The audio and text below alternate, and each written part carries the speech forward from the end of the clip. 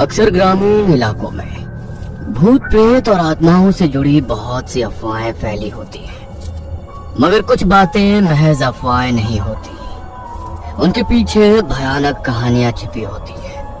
रजतपुर पहाड़ी इलाके में बसा एक छोटा सा ग्रामीण गांव। अमावस की रात थी। रात के लगभग 10 बजे होंगे, मगर गांव की गलियों में ऐसा सन्नाटा था जैसे आधी रात का समय हो। उसी सन्नाटे में किसी की लाठी की ठक ठक की आवाज गली में सुनाई पड़ी और उसी वक्त एक आदमी दौड़ता हुआ एक घर के अंदर घुसा। उसने जल्दी से दरवाजे को अंदर से बंद किया और हाफता हुआ दीवार का टेक लेकर खड़ा हो गया। कहा था ना अंधेरा होने से पहले लौट आना, और ना आ पाओ तो वहीं रुक जाना। अगर थोड़ी सी भी चूक हो जाती तो आपको अपने साथ ले जाती अभी वो। बस खराब हो गई थी।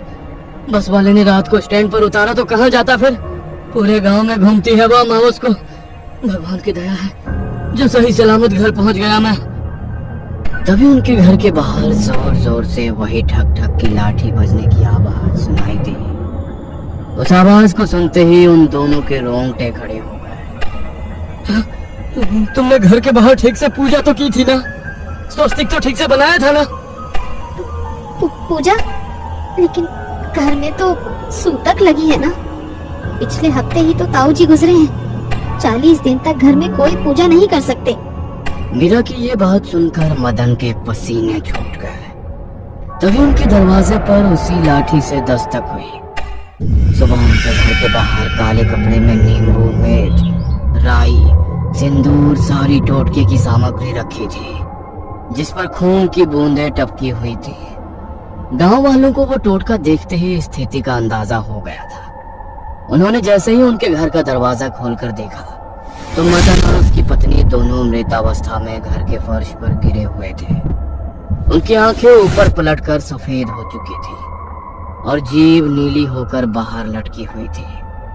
उस दिन से गांव में फैला उस डायन का खौफ और ज्यादा बढ़ गया और गांव में चाहे किसी के घर में सूतक लगा हो या कोई भी अनहोनी हुई हो, अमावस के दिन घर के बाहर पूजा और स्वस्तिक का चिन्ह बनाने की रस्म बहुत महत्वपूर्ण हो गई। 20 साल बाद ये सब अपने घरों के बाहर आज पूजा क्यों कर रहे हैं मामी? कोई त्योहार है क्या आज? त्योहार नहीं बेटा, अमावस है। अमावस के दिन गांव में डायन भटकती है और अगर घर के बाहर पूजा करके स्वास्तिक ना बनाओ तो घर पर टोटका कर देती है और उसका वो टोटका उस घर में किसी को जिंदा नहीं छोड़ता। कहते हैं कि आज से लगभग 30 साल पहले इस गांव में एक औरत अपने बेटे की मौत के बाद पागल हो गई थी और उसे वापस जिंदा करने के लिए उसने डायन तंत्र सीखा और लोगों के घरों के बाहर अमावस की रात को टोटके करके रखने लगी। जिसके भी घर के बाहर वो टोटका करके रखती थी, अगले दिन उस परिवार के सारे लोग मरे हुए मिलते थे। गांव वालों का कहना था कि इन लोगों की बलि देकर वो अपने बेटे को जिंदा करना चाहती है। इसीलिए एक रात गांव वालों ने उसे रंगे हाथों पकड़ लिया और गांव के चौराहे पर उसे मार डाला। लेकिन मरने के बाद भी उसकी आत्मा गांव में हर अमावस भटकती रही और वही टोटके हर अमावस होते रहे। लोगों ने इसका निवारण करने के लिए एक बड़े ही सिद्ध पंडित जी से बात की तो उन्होंने इसका निवारण यही बताया। अमावस के दिन घर के बाहर पूजा करके अगर स्वास्तिक बना दिया जाए तो इसकी सकारात्मक शक्ति से वो कोई टोटका कर ही नहीं पाएगी। क्या मामी, आप भी आज के जमाने में भी ऐसे अंधविश्वास में मानती हो आप? ऐसा कुछ नहीं होता। तुम शहर में रहते हो बेटा, इसीलिए इन बातों पर यकीन कर पाना तुम्हारे लिए मुश्किल है। लेकिन हर अमावस को उसकी लाठी की आवाज सुनाई देती है सबको। मैं भी बस अभी पूजा करने ही जा रही हूँ, अंधेरा होने वाला है। सावित्री पूजा करने जा ही रही थी, तभी महेश के जोर से चीखने की आवाज आई। वो लोग भागकर उसके पास गए तो महेश सीढ़ियों से नीचे गिर गया था और उसके माथे पर गहरी चोट लग गई थी। उनके माथे से काफी ज्यादा खून बह रहा था। मामा जी के सर पर तो बहुत ज्यादा चोट लग गई है मामी जी, इन्हें तो हॉस्पिटल लेकर जाना पड़ेगा। हाँ जतिन रागिनी, मैं तुम्हारे पापा को लेकर हॉस्पिटल जा रही हूँ। तुम लोग घर के बाहर पूजा करके स्वास्थ्य बना देना। और सुनो, पूजा करने के बाद सारे खिड़की दरवाजे बंद कर लेना, और चाहे कुछ भी हो जाए घर से बाहर मत निकलना। मैं तुम्हारे पापा के साथ हॉस्पिटल से कल सुबह ही लौटूंगी। सावित्री महेश को लेकर अस्पताल के लिए निकल गई। उसने पूजा की थाली तैयार कर रखी थी। रागिनी जैसे ही अंदर पूजा की थाली उठाने के लिए गई तो उसमें रखा कपूर नीचे गिर गया। जतिन, रागिनी, वरुण और उसकी बहन सोनाली सब घर के बाहर थाली लेकर पूजा करने के लिए गए। उन लोगों ने वहां पर पूजा तो कर दी, लेकिन पूजा की सामग्री में कपूर नहीं था और स्वस्तिक बनाना भी उन लोगों के ध्यान से उतर गया। पूजा करने के तुरंत बाद उन्होंने घर के सब खिड़की दरवाजों को अंदर से बंद कर लिया। आपने इतनी जल्दी घर को बंद क्यों कर दिया? कम से कम खिड़की तो खोल लो, बहुत घुटन हो रही है। नहीं दीदी, माँ ने बताया ना आज की रात कितना खतरा रहता है सब गांव वालों को उस डायन से। उन लोगों ने भी उनसे ज्यादा सवाल जवाब नहीं किए और सब साथ में बैठकर मूवी देखने लगे। सावित्री का भी कॉल आया कि महेश की तबीयत अब ठीक है। लगभग 11:30 बजे सब एक ही रूम में सो गए, मगर जैसे ही घड़ी में ठीक 12 बजे सोनाली के कानों में ठक ठक की आवाज पड़ी। उस आवाज से सोनाली की नींद टूट गई। उसने उठकर देखा तो कमरे के बाहर की तरफ से उसे फिर से वही ठक ठक की आवाज सुनाई दी। ये कैसी आवाज है? शायद मेरा वहम है। सोनाली उस आवाज को इग्नोर करके वापस सोने के लिए लेट गई, मगर थोड़ी देर बाद उसे प्यास लगी। उसने कमरे में पानी की बोतल ढूंढी, लेकिन बोतल में पानी खत्म हो चुका था। वो पानी पीने के लिए किचन में गई। तभी उसे अपने पीछे से फिर से जमीन में लाठी बजने की आवाज सुनाई दी और एक आवाज उसके कानों में पड़ी। बहुत प्यास लगी है, मुझे भी पानी पिला दो।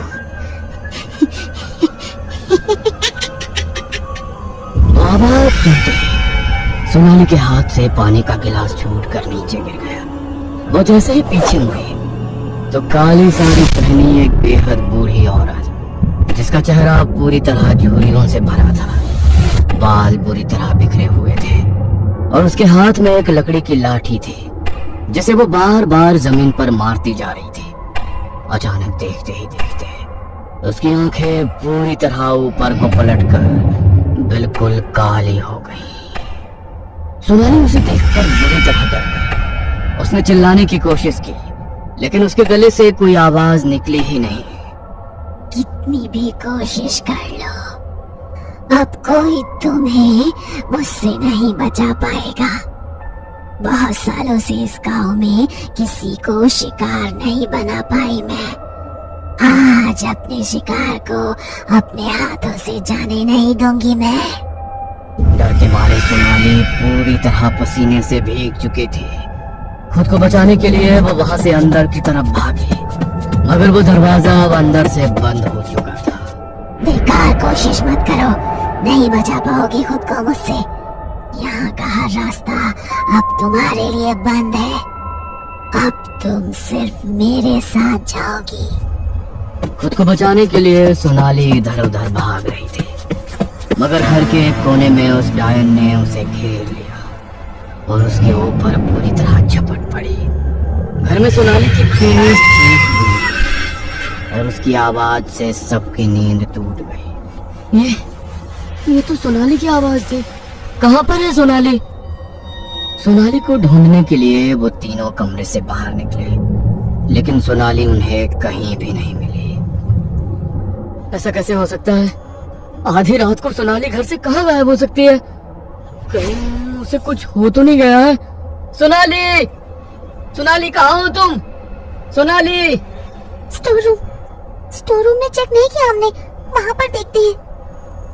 वो उसे ढूंढने के लिए स्टोर रूम में गए। उन्होंने जैसे ही स्टोर रूम की लाइट जलाई तो लाइट अचानक से फीकर करने लगी और कमरे के कोने में उन्हें सोनाली बुरी तरह चोटिल हालत में मिली। उसके बाल बुरी तरह बिखरे हुए थे और उसकी आंखें और जीभ बाहर को निकल कर आई हुई थी। उसे देखकर उन तीनों की चीख निकल गई। वरुण ने उसे गोद में उठाया और उसे दूसरे कमरे में लेकर गया। उन्होंने उसकी सांस और नब्ज चेक की, मगर सोनाली की सांसें थम चुकी थी। कैसे हुआ ये सब? कैसे मर सकती है सोनाली? कहीं कहीं मैं कोई बुरा सपना तो नहीं देख रहा? किसने मार डाला मेरी बहन को? इंसान की ऐसी हालत तो तभी हो सकती है जब उसे उस डायन ने मारा हो, लेकिन हमने तो घर के बाहर पूजा भी की थी, तो फिर उसने सोनाली पर हमला कैसे किया? इसका मतलब जरूर पूजा करने में हमसे कोई चूक हुई है, और अगर उसने सोनाली को मारा है तो इसका मतलब वो हमारे घर के अंदर घुस चुकी है। वो हमें भी नहीं छोड़ेगी। मुझे बहुत डर लग रहा है भैया। अब क्या करेंगे हम? हम तो जानते भी नहीं ये सब क्यों हुआ है। सब तो ठीक से किया था हमने। तभी घर में फिर से वैसे ही लाठी बजने की आवाज आने लगी। उस आवाज को सुनकर उन तीनों के रोंगटे खड़े हो गए और जतिन ने दरवाजे को अंदर से कड़ी लगाकर बंद कर लिया। लगता है कोई बहुत बड़ी भूल हुई है हमसे, और इसीलिए वो डायन हमारे घर के अंदर प्रवेश कर गई है। हमें खुद का बचाव करना होगा। मैं भानु काका को फोन करता हूँ, शायद वो हमें इसका कोई निवारण बता सके। जतिन ने जल्दी से गांव के पंडित भानु काका को फोन किया और उसे सारी बात बताई। तो उसकी बात सुनकर पंडित जी पूरी तरह डर गए। तुम लोगों ने ठीक से पूजा तो की थी ना? और पूजा करने के बाद घर के बाहर स्वस्तिक बनाया था ना? स्वस्तिक? माँ ने कहा था कि पूजा करने के बाद बाहर स्वस्तिक बना देना, लेकिन अंधेरा होने के डर से हमारे दिमाग से वो बात ही निकल गई। अब हम क्या करेंगे काका? हे भगवान, ये क्या किया तुम लोगों ने? बहुत बड़ा अनर्थ हो गया है ये। उस डायन को काबू करने का बस हमारे पास ये एकमात्र तरीका था। पता नहीं अब कैसे मैं तुम सबको उससे बचा पाऊंगा। पंडित जी के आगे कुछ और बोलने से पहले ही फोन डिस्कनेक्ट हो गया। जतिन ने उन्हें कॉल लगाने की कई बार कोशिश की, लेकिन उनके पास कॉल लगी ही नहीं। तभी कुछ मिनट बाद उनके घर के दरवाजे को किसी ने जोर से खटखटाया और उसी वक्त उन तीनों की सांस उनके हलक में अटक गई। इतनी रात को कौन आया होगा भैया? मुझे लगता है वही डायन हमारा ध्यान भटकाकर हमें कमरे से बाहर निकालना चाहती है। इस कमरे में भगवान की मूर्ति है। हमें यहाँ से बाहर नहीं जाना चाहिए। डरो मत बच्चों, मैं हूँ तुम्हारा भानु काका। जतिन बिना कुछ सोचे समझे कमरे से बाहर दरवाजा खोलने के लिए चला गया। तभी रागिनी के दिमाग में एक बात आई और वो जोर से चिल्लाई, रुक जाइए भैया, बाहर मत जाइए। वो भानु काका नहीं है। अमावस की रात कोई अपने घर से बाहर नहीं निकलता। मगर तब तक बहुत देर हो चुकी थी। इससे पहले कि जतिन वापस कमरे के अंदर आ पाता, जमीन पर उसी लाठी की ठक ठक सुनाई दी और वो डायन जतिन के सामने आकर खड़ी हो गई। उसे देखकर जतिन ने जोर से चिल्लाया और वो डायन उसके ऊपर झपट पड़ी। उसे देखकर डर से रागिनी बुरी तरह चिल्लाने लगी और जतिन को बचाने के लिए वो कमरे से बाहर भागी। तभी वरुण ने उसे कमरे के अंदर खींचा और जल्दी से दरवाजा बंद करके अंदर से उसकी कड़ी लगा ली। प्लीज मुझे जाने दो भैया, वो मेरे भैया को मार डालेगी। शांत हो जाओ रागिनी, मैं जानता हूँ कि तुम जतिन को बचाना चाहती हो। अरे सिर्फ तुम ही नहीं, मैं भी उसे बचाना चाहता हूँ, लेकिन हम चाहकर भी उसे नहीं बचा सकते। हमारे पास ऐसी कोई सिद्धि, कोई शक्ति नहीं है जिससे हम उसका सामना कर सकें। नहीं, मैं अपने भैया को इस तरह से उसके हाथों मरने नहीं दूंगी। रागिनी ने कमरे में रखी हनुमान जी की मूर्ति को उठाया और दरवाजा खोलकर कमरे के बाहर चली गई। वो डायन अभी भी जतिन को बुरी तरह नोच रही थी और उसके चीखने की आवाजें पूरे घर में गूंज रही थी। वो दौड़ती हुई हनुमान जी की मूर्ति लेकर वहां पर आ गई। उसने जैसे ही हनुमान जी की मूर्ति को उस डायन से स्पर्श किया तो वो बुरी तरह चीखने लगी और बौखलाती हुई बंद दीवार से घर के बाहर गायब हो गई। उसी वक्त रागिनी ने हनुमान जी का नाम लेते हुए निडर होकर उनकी मूर्ति को घर के बाहर रख दिया और दरवाजा बंद करके अंदर आई। वरुण और वो मिलकर जतिन को अंदर लेकर गए। उसके शरीर पर बहुत सारी चोट लगी थी और हर जगह पर हुई खरोंचों से लगातार खून बह रहा था। रागिनी ने जल्दी से उसकी बॉडी के घाव साफ करके उन पर बैंडेज किए, मगर तभी जतिन की आंखों से आंसू बरस पड़े। अगर आज तूने ये हिम्मत ना की होती तो वो डायन मुझे मार ही डालती। तूने अपनी जान जोखिम में डालकर मेरी जान बचाई। अगर तुझे कुछ हो जाता तो पगली। मेरे होते हुए मैं आपको कुछ नहीं होने दूंगी भैया।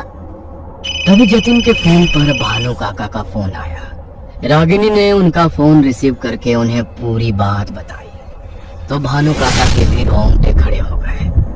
उन्होंने उसे हिम्मत दी और अब कमरे से बाहर निकलने को सख्त मना किया और अपनी रुद्राक्ष की माला गले में धारण कर अपने सभी शिष्यों के साथ गांव के मंदिर की ओर निकल पड़े। जब रागिनी उस डायन से सामना करने के लिए इतनी हिम्मत कर सकती है तो आज तक हम उसे खत्म करने की हिम्मत क्यों नहीं कर पाए, ये जानते हुए भी कि इस संसार में भगवान से बड़ी कोई शक्ति नहीं, तब भी हम उससे डरते रहे। उन्होंने आधी रात को मंदिर के कपाट खोले और मंदिर के प्रांगण के बीचों बीच यज्ञ कुंड जलाकर उन्होंने बजरंग बाण का पाठ करना शुरू किया। उसी वक्त गांव में उस डायन के जोर जोर से चीखने की आवाजें सुनाई देने लगी और मंदिर की घंटियां जोर जोर से बजने लगी। घंटी की ध्वनि से गांव वालों का मन कुछ शांत हुआ। तभी जोर जोर से चीखते हुए वो डायन मंदिर की तरफ नीचे चले आए। तभी पंडित जी ने अपने शिष्य को इशारा किया और उसने उस डायन पर गंगा जल का छिड़काव कर दिया। गंगा जल का स्पर्श पाते वो और बुरी तरह तड़पने लगी और एक काले धुएं के रूप में मंदिर में जल रही ज्योत में समाकर आसमान में कहीं विलीन हो गई। उस रात के बाद फिर कभी किसी अमावस को गांव में उसका साया किसी को दिखाई नहीं दिया और ना ही कोई टोटका किसी के घर के बाहर मिला। गांव में सब हादसे होने भी हमेशा के लिए बंद हो गए, मगर उस एक रात ने सोनाली से उसकी जिंदगी छीन ली। काश वो उस रात कमरे से बाहर ना निकली होती या उसकी चीखें अगर उन लोगों तक पहुंच गई होती तो आज शायद वो भी जिंदा होती।